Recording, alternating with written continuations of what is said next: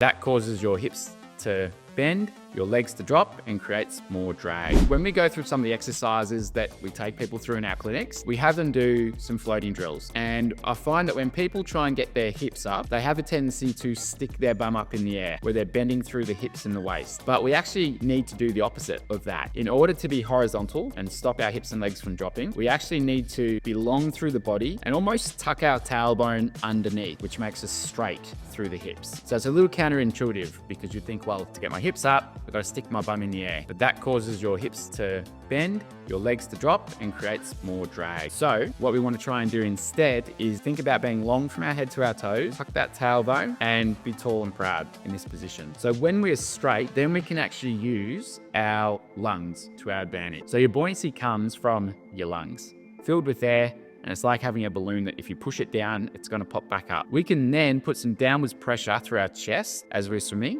which will help your hips and your legs to come up after that. So we can only do that though if we have the right posture first.